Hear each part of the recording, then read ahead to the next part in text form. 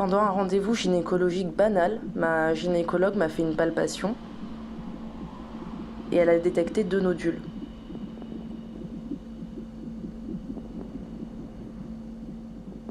Voilà, alors je vais témoigner pour le cancer du sein de ma mère. En fait, elle m'a demandé mon téléphone pour faire une recherche sur Internet alors qu'elle avait son téléphone. Donc ça a direct attisé ma curiosité. Et donc, juste après qu'elle ait fait sa recherche, j'étais très curieuse. Donc j'ai regardé l'historique et la question que j'ai vue, c'était comment annoncer à sa fille qu'on a un cancer.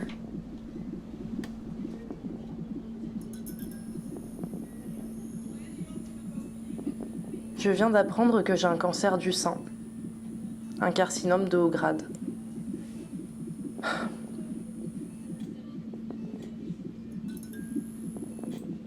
Et là, je comprends que c'est mon sein pour ma vie. Après une mammo de contrôle, le radiologue remarque une masse au sein gauche. Une biopsie est faite immédiatement.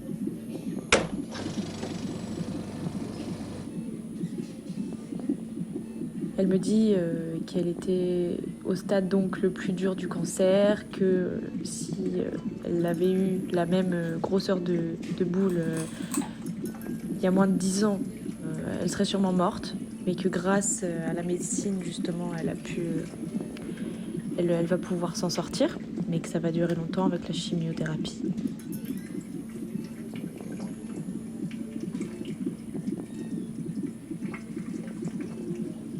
Par la suite, j'ai rendez-vous avec mon gynécologue. Elle m'annonce que j'ai un cancer du sein, très agressif, un cancer du sein triple négatif.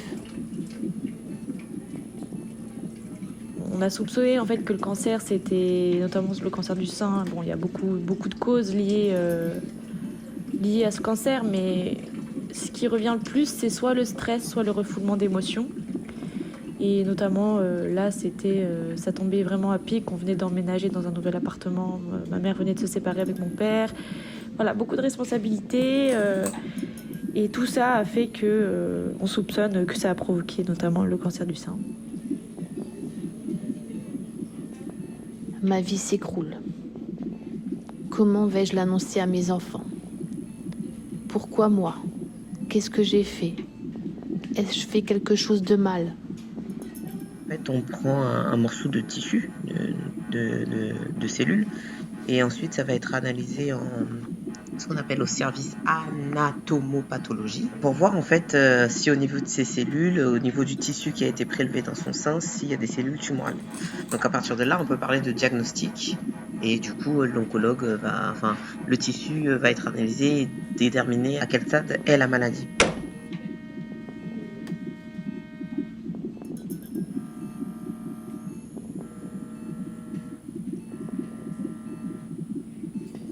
Je dois subir l'ablation de mon sein.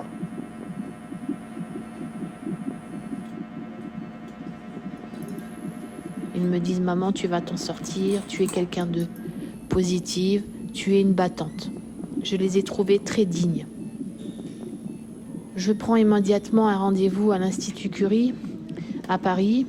Je sais que c'est un centre numéro 1 en Europe concernant les cancers du sein. J'ai rendez-vous avec mon oncologue, le premier rendez-vous, le rendez-vous d'annonce comme ils disent. Je vais donc faire 6 séances de chimiothérapie.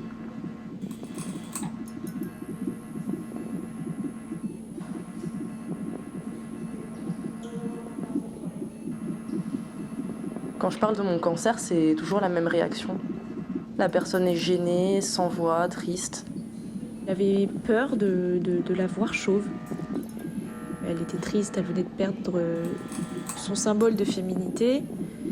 Et elle recevait énormément de critiques dans la rue, beaucoup d'incompréhension et de pitié à travers ses regards. Alors qu'en fait, ma mère était en train de vivre une période la plus dure de sa vie et que c'était justement elle la plus courageuse. L'image que j'ai de moi, elle en prend un coup. Je me sens seule parce que personne n'est à ma place. Selon aussi la décision de la patiente, des fois il y a des patientes qui sont fatiguées, qui demandent à avoir une pause thérapeutique. Donc si son état le permet, le médecin peut accepter la demande, mais propose un nouveau rendez-vous à la patiente pour ne pas, elle n'est pas à oublier, c'est pas une pause thérapeutique et on l'oublie. Je vois une psychologue pour en parler et une assistante sociale pour m'aider aussi avec les papiers. On me dit que je suis belle alors que je sais bien que je suis quand même moins belle et que tout le monde me regarde.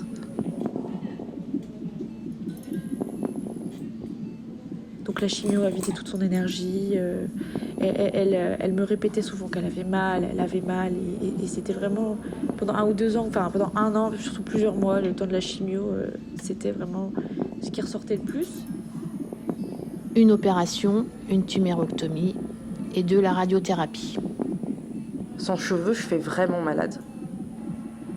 Ça reflète la maladie. Et pour moi, c'est ça le plus dur.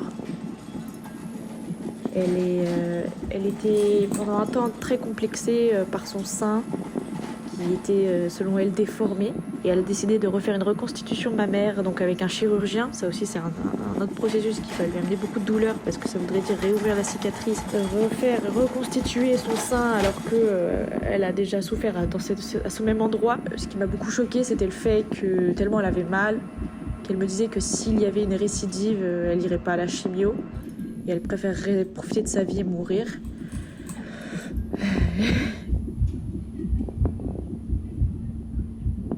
Mais une patiente a quand même une force qui lui vient, même si c'est pas tout le long, c'est beau à voir quoi. Ça, c'est commun à toutes. Ça fait 5-6 ans maintenant qu'elle est libre de son cancer, donc je croise tous les jours les doigts pour qu'il n'y ait pas de récidive. Maman va se battre et rester avec eux quoi qu'il arrive. En vie, je veux rester en vie. Elle a justement décidé d'aller aider les personnes à appréhender mieux le cancer pour les jeunes femmes ou les femmes qui venaient de l'apprendre à l'hôpital de ma ville. Mes 6 séances de chimiothérapie fonctionnent bien, je réagis bien, ma tumeur a quasiment disparu. Je vais subir une tumérectomie et je vais avoir par la suite 29 séances de radiothérapie. Elle est sortie beaucoup plus forte de ce cancer, plus courageuse encore que je la connaissais, et elle a pris tellement conscience de certaines choses, elle a pris de la distance avec elle-même, et je suis très très fière de ma mère. Malheureusement, le cancer, c'est une maladie qui malheureusement perdure depuis un grand nombre d'années. Et plus les années avancent, plus il y a des patientes malades. Et plus il y a des patientes malades aussi, plus il y a des patientes malades jeunes.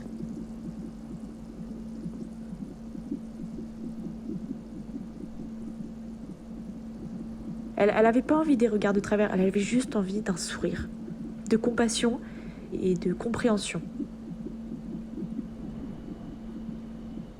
Faites un sourire aux personnes qui ressentent le besoin. D'ailleurs, pour n'importe qui, cancer ou pas. Juste un sourire dans la rue.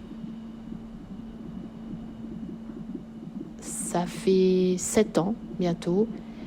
Et c'est vrai que ma vie a changé depuis. Je profite de la vie. La vie est belle.